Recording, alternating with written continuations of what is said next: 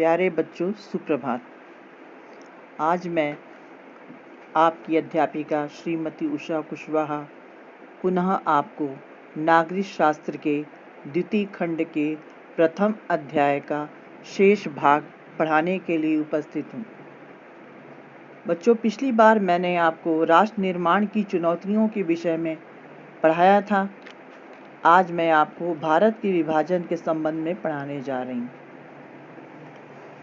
आपको मैंने बताया था कि हमारा देश 14-15 अगस्त 1947 की मध्य रात्रि को स्वतंत्र हुआ था, लेकिन उस दिन विभाजन के साथ साथ दो राष्ट्र अस्तित्व में आए थे, पहला भारत और दूसरा पाकिस्तान।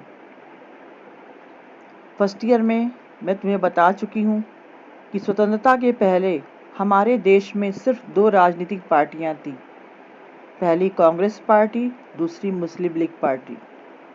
मुस्लिम लीग पार्टी ने द्विराष्ट्र सिद्धांत की मांग की थी। इस सिद्धांत के अनुसार भारत हिंदुओं का देश होगा और मुसलमानों के लिए अलग देश पाकिस्तान की मांग की गई थी। अब मैं आपको भारत विभाजन की प्रक्रिया के बारे में पढ़ाने जा रही हूँ। भारत का विभाजन माउंटबेटन योजना के अंतर्गत निर्मित स्वतंत्रता अधिनियम 1947 के आधार पर किया गया था। अंग्रेजों के समय में संपूर्ण भारत को इंडिया के नाम से जाना जाता था। मुस्लिम लीग पार्टी के मांग पर इंडिया को भारत और पाकिस्तान नामक दो देशों में बांटने का निर्णय लिया गया। जिस क्षेत्र में मुसलमान बहुसंख्यक थे उसे पाकिस्तान और शेष भाग को भारत कहा गया। पाकिस्तान को पूर्वी पाकिस्तान और पश्चिमी पाकिस्तान में विभक्त किया गया। सन 1971 में पूर्वी पाकिस्तान को शेख मुजीबुर रहमान के नेतृत्व में बांग्लादेश नाम दिया गया। अब मैं आपको भारत विभाजन के दौरान आने वाली विभिन्न कठिनाइयों के संबंध में बारी बारी से बताऊंगी। सबसे पहली जो कठिनाई आई वह थी मुस्लिम बहुल क्षेत्र का निर्धारण कैसे किया जाए, मतलब कैसे पता किया जाए कि किस क्षेत्र में सबसे अधिक जनसंख्या में मुस्लिम रहते हैं। तो भारत के पूर्वी और पश्चिमी क्षेत्र मुसलमानों की आबादी वहाँ पर अधिक थी, तो दोनों क्षेत्र को किस प्रकार से जोड़ करके एक नए स्वतंत्र राष्ट्र की स्थापना की जाए, ये कठिनाई सामने आई। इसके बाद जो दूसरी कठिनाई सामने उपस्थित हुई कि प्रत्येक मुस्लिम बहुल क्षेत्र को पाकिस्तान में जाने के लिए कैसे राजी किया जाए। पश्चिमोत्तर सीमा प्रांत के नेता अब्दुल गफ्फार खान थे, जिनको हम सीमांत गांधी के नाम से जानते हैं।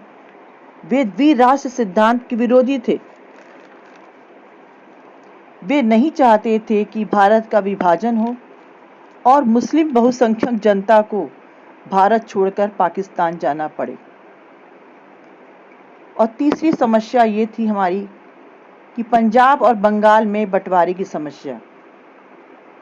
ब्रिटिश इंडिया का मतलब होता है कि हमारे भारत का नाम ब्रिटिश शासन में इंडिया था, तो इसलिए नाम दिया गया ब्रिटिश इंडिया। तो ब्रिटिश इंडिया के मुस्लिम बहुल प्रांत पंजाब और बंगाल के अनेक हिस्सों में अन्य धर्म को मानने वाले भी निवास करते थे। तो किस प्रकार से पंजाब और बंगाल से बहुसंख्यक मुस्लिम क्षेत्र का बंटवारा किया जाए, ये समस्या उत्पन्न हो गई। चौथी समस्या जो सामने आई वह थी अल्पसंख्यकों की समस्या। अल्पसंख्यक का मतलब होता है किसी विशेष धर्म को मानने वालों की संख्या जो कम होती है उसे कहते हैं अल्पसंख्यक। जिस क्षेत्र में किसी विशेष धर्म को मानने वालों की संख्या कम होती है तो उसे अल्पसंख्यक कहते हैं। तो देश के विभाजन की खबर फैलते ही दोनों तरफ का मतलब है भारत और पाकिस्तान में जिस धर्म को कम मानने वाले लोग कम थे, जिन्हें वहाँ पर अल्पसंख्यक कहा जाता था, वे अपने अपने घरों को छोड़कर भागने लगे और सीमा पार पर बने हुए शरणार्थी शिविरों में उन्हें आश्रय लेना पड़ा। इस प्रक्रिया में उन्हें हर प्रकार की तकलीफ झेलनी पड़ी। इन तकलीफ़ों के बारे में बयां करना बड़ा कठिन हो रहा है, जैसे कत्लेआम, स्त्रियों का अपहरण, जबरन शादी, बच्चों का माँ बाप से बिछड़ जाना, अपनी संपत्ति छोड़कर भागना। ये त्रासदियाँ सभी को झेलनी पड़ी थी। यह विभाजन भारतीय इतिहास की सबसे अधिक हृदय विदारक त्रासदीपूर्ण घटना है, जिसे कभी भुलाया नहीं जा सकता है। बच्चों, इस विषय को पढ़ाते हुए मेरी आंखें नम हो गई हैं। आज के लिए इतना ही ज्ञान पर्याप्त है। अगली कक्षा में मैं तुम्हें इसके समाधान के विषय में बताऊंगी। आज का प्रश्न आप नोट करिए, जिसका उत्तर आपको लिख करके देना है। पहला प्रश्न है, द्विराष्ट्र सिद्धांत किसे कहते हैं? दूसरा प्रश्न है, भारत का विभाजन किस अधिनियम के आधार पर किया गया था? और तीसरा प्रश्न है, सीमांत गांधी के नाम से कौन प्रसिद्ध हैं और वे किस सिद्धांत के विरोधी थे?